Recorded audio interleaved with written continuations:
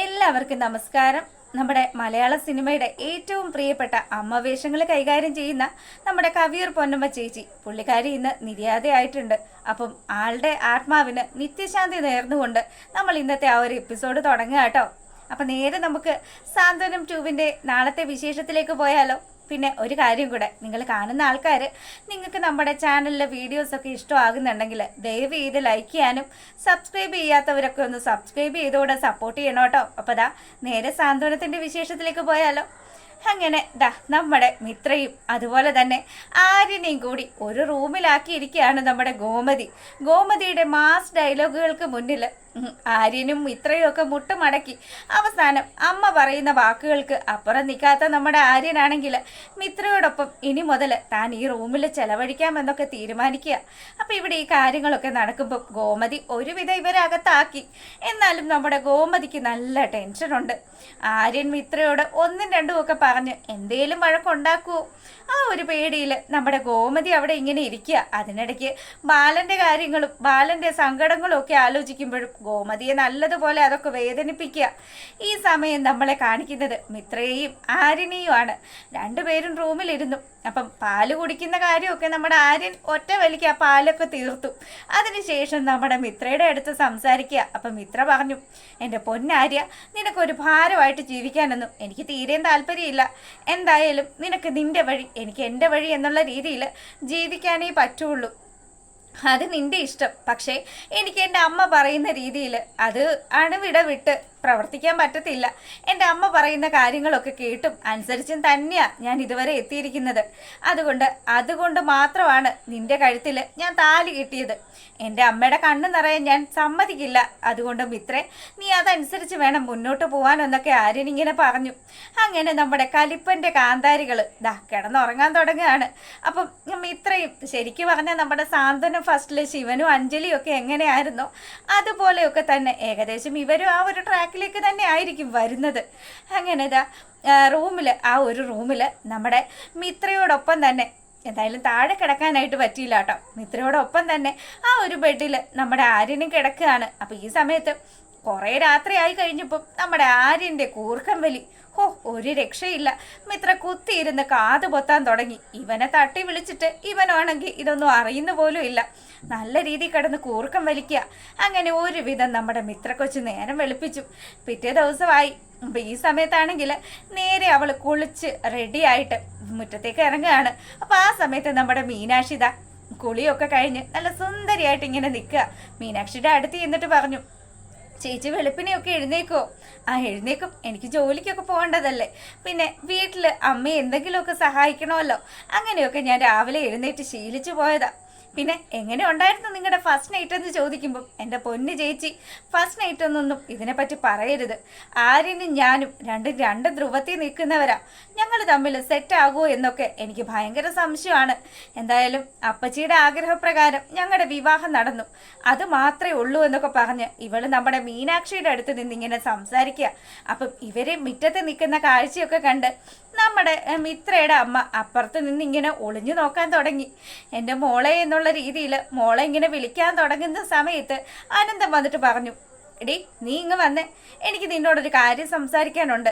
നീ ഇവിടെ നിന്ന് അപ്പുറത്തേക്ക് കയ്യും കലാശവും കാണിച്ചു കഴിഞ്ഞാൽ ഞാൻ ആരാണെന്നുള്ളത് നീ മനസ്സിലാക്കുമെന്ന് പറഞ്ഞു. അത് മനുഷ്യ എത്ര വന്നാലും അവള് നമ്മുടെ പൊന്നു മോളല്ലേ.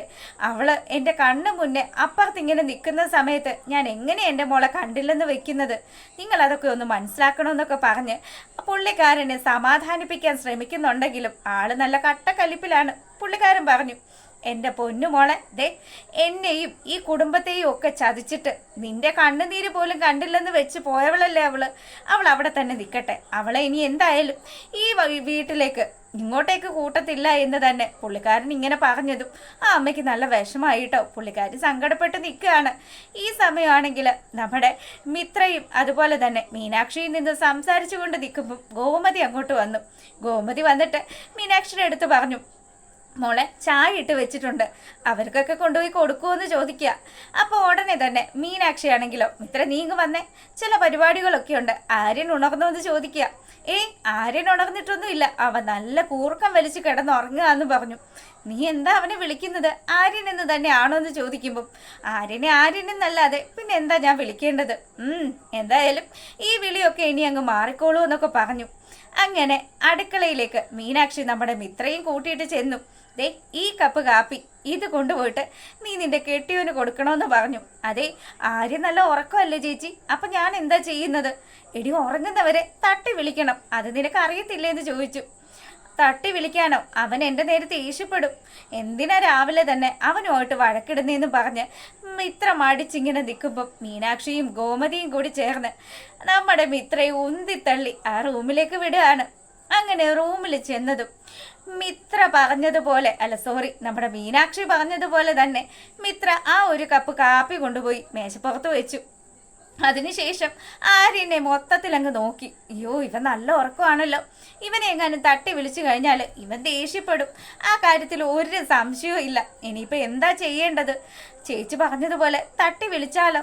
അങ്ങനെ ഒരുവിധം നമ്മുടെ മിത്ര പോയിട്ട് ആര്യനെ തട്ടി വിളിക്കുക. അപ്പം ആര്യനാണെങ്കിൽ നല്ല ഉറക്കമല്ലേ, കുലുക്കി ഇങ്ങനെ വിളിക്കാൻ തുടങ്ങുമ്പോഴത്തേക്കിനും അവൻ പതുക്കെ ഇങ്ങനെ എഴുന്നേറ്റു. നീ എന്താ ഇവിടെ എന്ന് ചോദിക്കുമ്പോഴത്തേക്കിനും അത് നിങ്ങൾ നല്ല ഉറക്കമല്ലായിരുന്നോ? നിങ്ങൾക്ക് ചായ തരാൻ വേണ്ടിയിട്ട് അപ്പച്ചി തന്നു വിട്ടതാണ്, അപ്പം അത് തരാൻ വേണ്ടി വന്നതാണെന്ന് പറഞ്ഞു. അതെ, എൻ്റെ റൂമിൽ വന്നിട്ട് നീ എന്നെ കുലുക്കി വിളിക്കുന്നോ? ഇതിപ്പോൾ നിങ്ങളുടെ റൂമല്ലല്ലോ, ഇതിപ്പോൾ നമ്മുടെ റൂമല്ലേന്ന് മിത്ര തിരിച്ചു ചോദിക്കുക. ആഹാ, കൊള്ളാലോ, നീ ഒരു രാത്രി എൻ്റെ ഈ വീട്ടിൽ ഈ റൂമിൽ കിടന്നു എന്ന് പറഞ്ഞിട്ട് ഈ വീടും ഈ റൂമും ഒക്കെ ഇപ്പം നീ അങ്ങ് സ്വന്തമാക്കിയെന്ന് ചോദിക്കുക. ഇതൊക്കെ കേൾക്കുമ്പോഴത്തേക്കിനും ശരിക്കും പറഞ്ഞാൽ ഞാൻ നമ്മുടെ ശിവനെയും അഞ്ജലിയും ഒക്കെ അങ്ങ് മിസ് ചെയ്യാണ്. അങ്ങനെ നമ്മുടെ മിത്രയും അതുപോലെ തന്നെ ആര്യനും കൂടി ആദ്യം മുതലേ വഴക്കല്ലേ, അപ്പം ആ വഴക്ക് അതേ ട്രാക്കിൽ തന്നെ ഇപ്പോൾ പോയിക്കൊണ്ടിരിക്കുകയാണ്. അങ്ങനെ അവൾ പറഞ്ഞു, ദേ, ഇവിടെ ചായ എടുത്ത് വെച്ചിട്ടുണ്ട്, നിങ്ങളത് കുടിക്ക്. ഞാനൊരു കാര്യം പറഞ്ഞേക്കാം, ഞാൻ എത്ര ഉറക്കമാണെങ്കിലും എൻ്റെ ദേഹത്ത് തട്ടിയൊന്നും വിളിക്കരുത്, എനിക്കതൊന്നും ഇഷ്ടമുള്ള കാര്യമല്ല. അപ്പോഴത്തേക്കിനും അതിനെ നിങ്ങളുടെ ദേഹത്ത് തട്ടി വിളിക്കാൻ എനിക്ക് ആഗ്രഹം ഉണ്ടായിട്ടൊന്നും അല്ല. നിങ്ങൾ എത്ര പ്രാവശ്യം വിളിക്കുന്നത്? നിങ്ങൾ എഴുന്നേക്കണ്ടേ, അതുകൊണ്ടല്ലേ ഞാൻ തട്ടി വിളിച്ചത്. സുഖമായിട്ടൊന്ന് കിടന്ന് ഉറങ്ങിയതേ ഉള്ളായിരുന്നു. പിന്നെ ഉറങ്ങിയതേ ഉള്ളൂ. രാത്രി മുഴുവനും എന്ത് കൂർക്കം വലിയ വലിച്ചത്. എന്നിട്ട് നിങ്ങൾക്ക് ഒരു കുഴപ്പമില്ല, ഇപ്പോഴും സുഖമായിട്ട് കിടന്ന് ഉറങ്ങുന്നു. ബാക്കിയുള്ളവരുടെ ഉറക്കമൊക്കെ കളഞ്ഞു. നീ ഇനി മുതൽ ഇത് തന്നെയായിരിക്കും അനുഭവിക്കാൻ പോകുന്നത്. നമുക്ക് കാണാമെന്നൊക്കെ പറഞ്ഞ് തമ്മി വഴക്ക് പിടിക്കുന്ന നമ്മുടെ മിത്രയെയും അതുപോലെ തന്നെ ആര്യനെയും ഒക്കെ കാണിക്കുക. ഇവരെന്താ പറയുന്നതെന്നൊക്കെ അറിയാൻ വേണ്ടി മീനാക്ഷിയും അമ്മായിയമ്മ ഗോമതിയും കൂടി അവിടെ വന്ന് നിൽക്കുന്നതും കാണിച്ചുകൊണ്ടാണ് ആ ഒരു വിശേഷം അവസാനിക്കുന്നത്. അപ്പോൾ എന്തായാലും കലഹിച്ച് ഒടുവിൽ പ്രണയത്തിലേക്ക് വഴി തെളിയും എന്നുള്ള രീതിയിൽ തന്നെയാണ് കാര്യങ്ങൾ മുന്നോട്ട് പോകുന്നത്. അപ്പം എപ്പോഴും പറയുന്നത് പോലെ ഇഷ്ടപ്പെട്ടാൽ ലൈക്ക് ചെയ്യാനും കമൻറ്റ് ചെയ്യാനും ഒന്നും മറക്കരുത് കേട്ടോ. ഡെയിലി വീഡിയോ അപ്ലോഡ് ചെയ്യാത്തത് നമ്മുടെ ഫോണിൻ്റെ കംപ്ലൈൻറ്റ് മൂലമായിരുന്നു. എല്ലാം ശരിയായിട്ടുണ്ട്, പഴയതുപോലെ ഞാനുണ്ടാവും. അപ്പം നിങ്ങളും കൂടെ ഉണ്ടാവണം. അപ്പോൾ ഓക്കെ, ഗുഡ് നൈറ്റ്.